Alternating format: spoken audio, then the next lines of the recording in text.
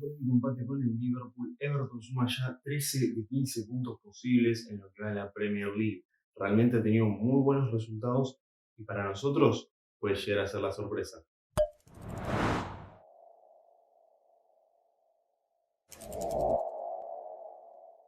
Pero ¿por qué hablamos de sorpresa?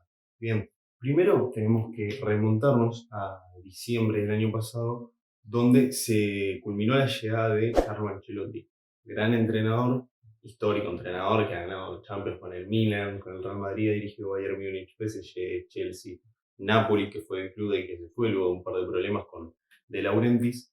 Llegó al Everton, que venía aparte de parar 5-2 y haber echado a su entrenador Marco Silva, pero este 5-2 no fue solamente un terrible resultado, sino que fue contra el Liverpool. Venían a perder un clásico, estaban en zona de descenso y realmente estaba muy complicado. La llegada de Ancelotti cambió un poco las aguas y el panorama.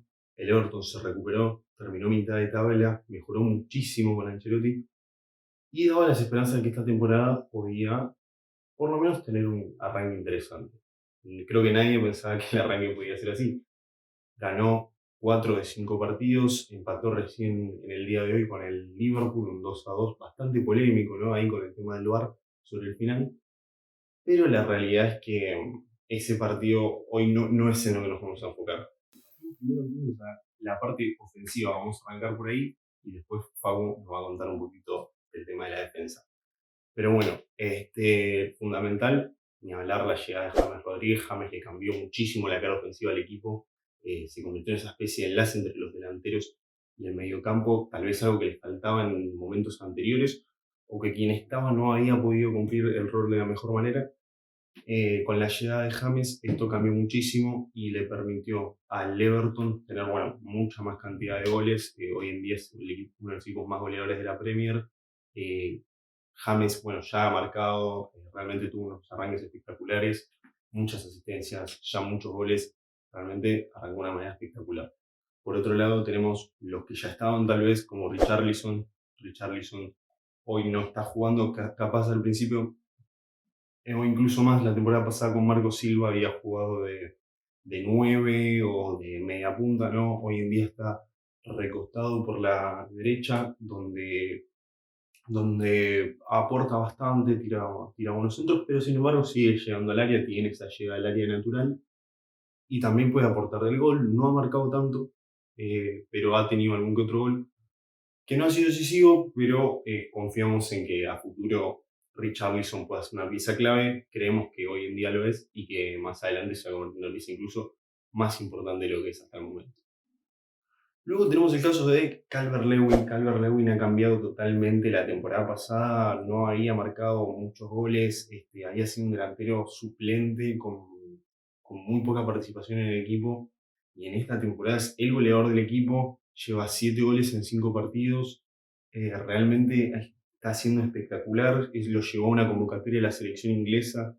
Calvert-Lewin hoy en día está a otro nivel y para mí, y para Facu también, promete que va a ser uno de los delanteros del futuro de la selección inglesa. Realmente ha deslumbrado hoy principalmente, metió un gol de cabeza espectacular, que si no lo vieron, véanlo porque fue espectacular el gol de cabeza que metió.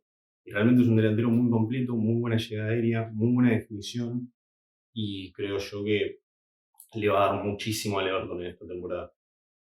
Por otro lado, tenemos un recambio que ha ayudado un montón al Everton. Suele ser el primero o el segundo cambio, dependiendo del partido, pero es Gylfi Sigurdsson. Sigurdsson antes era titular, con la llegada de James, el cambio de esquema tal vez también. No le aportó mucho a él, pero sí entra en el segundo tiempo y aporta desde la pausa, ¿no? Tal vez un equipo que con los jugadores que tiene en este momento va más directo al ataque, Sigurdsson le aporta una pausa, tiene muy buen pase, tiene muy buena pegada fuera del área y realmente sigue siendo un jugador clave, pero más para el segundo tiempo y para cuando ya las piernas están un poco cansadas. Hablar de los laterales, tanto Digne como Seamus Coleman han sido piezas claves también en la llegada en ofensiva del equipo, han aportado muchísimo desde los centros, las conexiones, en el caso de Digne con James, en el caso de Coleman con Richarlison. Coleman hoy lamentablemente salió lesionado, veremos qué sucede finalmente, esperemos que no sea nada grave, pero porque al igual que Digne son dos piezas claves y muy importantes en el armado ofensivo de Carlo Ancelotti. Por último, tal vez algo a mirar más que nada para el comienzo de la mitad de la temporada, o sea, cuando se abra el mercado de transferencias de invierno en Europa, creo yo que deberían ir a buscar un delantero suplente. Si bien es verdad que hoy Calvert-Lewin está en un nivel espectacular, pero si te lesiona o con la acumulación de partidos, que igual por suerte no tiene tanta ya que no juega el Champions, este, veremos si no se sobrecarga en algún momento, esperemos que no, pero realmente no tiene hoy un 9 suplente muy definido, más con la salida de Moise Kean, parecería que no tiene un 9 suplente en el que uno pueda confiar. Entonces, me parece que tal vez si hay algo que remarcarle como negativo o que tendría que ir a buscar en el próximo mercado, sería un 9 suplente que le dé un poco de seguridad al conjunto del DT italiano para tener un buen recambio en el banco. Para saber por qué este Everton de Ancelotti está puntero en la Premier League y es uno de los equipos sensaciones, pareciera dar la sorpresa, bueno, no solo hay que saber lo que hace en ofensiva, el equipo más goleador, o de los equipos más goleadores, mejor dicho, de la Premier League, como bien explicaba Santi, sino también lo que hace cuando no tiene la pelota en la parte defensiva. Es uno de los equipos que menos goles ha recibido, el segundo equipo con más entradas y el primer equipo con más intercepciones promedio por partido que tiene hasta hoy la liga inglesa. Hay que saber también un poco cómo se para una línea de 4 habitual con Coleman, Digne, Kane y Yerry Mina, buenos laterales, dos centrales grandotes y aguerridos, y por eso se explica un poco sus números. Me voy a permitir leer acá un poco. Digne 2.5 entradas y 3 despejes por partido. Kane 0.5 entradas pero 4.3 despejes por partidos. Yerry Mina números similares, 0.8 entradas, 4.5 despejes por partido, mientras que Coleman 2.3 entradas y 2.3 despejes por partidos. Esto se explica un poco también por el juego que se suele utilizar en la Premier League de usar mucho las bandas, por lo que los laterales tienen que ser más entradas, pero si uno se mira el porcentaje de despejes que tienen que hacer los centrales es muy importante. Sin embargo, esta línea no es la más importante quizás en la defensiva de Ancelotti. ¿Por qué? Porque si vamos a hablar de números para un 4-1-4-1, dejando esta línea de 4 que recién comentaba de fondo, Alan como único 5 y la primera línea de 4 va a pasar importantísima que forman Doucouré y André Gómez, derecha e izquierda de internos, y sí, ya por las bandas, James y Richarlison, derecha e izquierda también. Es muy importante porque es la primera línea a pasar y es la más difícil. Están constantemente esperando a ver ese pase, tanto André Gómez como Doucouré, para ir a hacer sombra al posible receptor o incluso presionar a un central, más Gómez, por la banda izquierda, de ser necesario. Es un bloque medio bajo el que suele utilizar Ancelotti, que muchas veces complica a los rivales. Este 4-1-4-1 le brinda muchas chances a Ancelotti de equilibrar también el equipo, ¿no? Junta gente en las bandas, James Coleman por derecha, Richarlison, Digne por izquierda, Calvert-Lewin obviamente queda como única punta y muchas veces como primer barrera a vencer. ¿Por qué? Porque amontona gente también en el medio, André Gómez, Doucouré, Alan, Mina y Kane, obviamente mucho más retrasados, quizás más atentos a los movimientos de los delanteros, mientras que Alan puede visualizar si algún volante se quiere interiorizar, meter por las espaldas de André Gómez y Doucouré, él lo visualiza y lo localiza para marcar enseguida. Es un equipo corto, las líneas se juntan bastantes entre este 4-1-4, ese total de 9 jugadores están bien juntitos para que no se filtren pases ni pase nada raro por ahí, ni alguna invención de algún crack del equipo rival. Para esto es muy importante dos jugadores que son claves en cuanto a la recuperación y sostener el equipo. Como bien dije antes, Alan, único 5 que se fija que nadie se filtre a sus espaldas ni a espaldas de André Gómez y Doucouré.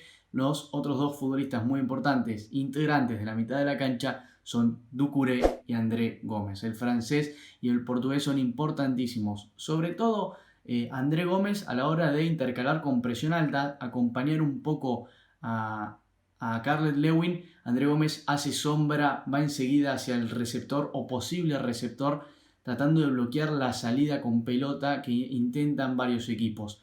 El portugués le brinda esas armas, entonces se despega un poco, se cuida que no deje nadie a sus espaldas, obviamente de eso también se encargan Alan y Doucouré, Y el otro jugador muy pragmático, tanto para salida, para el ataque, como para la defensa, es el francés, Doucouré. Es un futbolista importantísimo. ¿Por qué? Porque no siempre es 4-1, 4-1 la forma en que se para defensivamente el Everton de Ancelotti. Muchas veces también optan por un 4-4-2, un poquito también pensando en dejarle a James más libertad, que no esté tan pensante en la parte defensiva del equipo, sino en la ofensiva. Lo liberan un poco de esa tarea y Doucouré se tira mucho a banda derecha. Es un futbolista que lo puede hacer, muy pragmático, entiende muy bien la táctica, por ende le brinda muchas armas a Ancelotti. Un 4-4-2 que ya no tenemos ese único 5, porque obviamente Alan y André Gómez pasan a integrar como una especie de doble pivote en la mitad de la cancha. Doucouré por la derecha y Richarlison sí, siempre por la izquierda. Richarlison y James Rodríguez son muy importantes, ambos tienen varias entradas, naturalmente, por lo que explicaba. Richarlison por la banda izquierda tiene más que James Rodríguez porque muchas veces acompaña a Calvert-Lewin para que no quede como única punta. Esto también suele suceder mucho cuando usan 3 jugadores para la salida del equipo rival, para no dejar en inferioridad numérica a su único punta. Ancelotti le dice a James que se adelante un poco más, formando este 4-4-2 numérico, y Doucouré que puede lateralizarse o incluso centralizarse cuando James quiere volver. Entonces, ¿qué hacen? Es un equipo muy compacto con un bloque medio bajo, como decía anteriormente, amotona gente en las bandas, cuando no es necesario libera a James, Doucouré lo trae a la banda, entonces deja, quizás uno pensaría que más espacios en el medio, pero no es así, porque lo que hace es una presión un poco más arriba con James, con Lewin y Gómez, como decía, siempre localizando ese posible receptor para ir a hacerle sombra. A esto juega, esto es el Everton de Ancelotti, viene siendo la sensación, tácticamente orientado a James, le dio la llave del equipo al colombiano para sacarle el máximo provecho, todo el jugo posible al jugador de tierras cafeteras, lo quiere exprimir totalmente para que rinda de la mejor manera posible. Brinda lindas variantes en ofensiva, en defensiva, un equipo muy táctico que se sabe amoldar dependiendo del rival, también siempre manteniendo la idea de juego. Nosotros creemos que está para mucho, no sabemos si va a salir campeón, a pesar de que primeras 4 fechas esté primero, pero en una de esas puede dar la sorpresa como hizo el Leicester City, y si no, bueno, en los primeros puestos de la Premier League va a estar peleando, un equipo histórico que después con los años fue cayendo un poco. Lo analizamos acá en Salimos de Memoria con Santi. Díganos si les gustó, qué les pareció, lo que quieran en los comentarios. Se suscriben también, activan la campanita y les avisa siempre que vamos a subir un video. Nos pueden seguir en Twitter, en Instagram y en Twitch, donde tenemos más ida y vuelta al momento de hablar y analizar. Así que los esperamos, fue un gusto, nos vemos la próxima.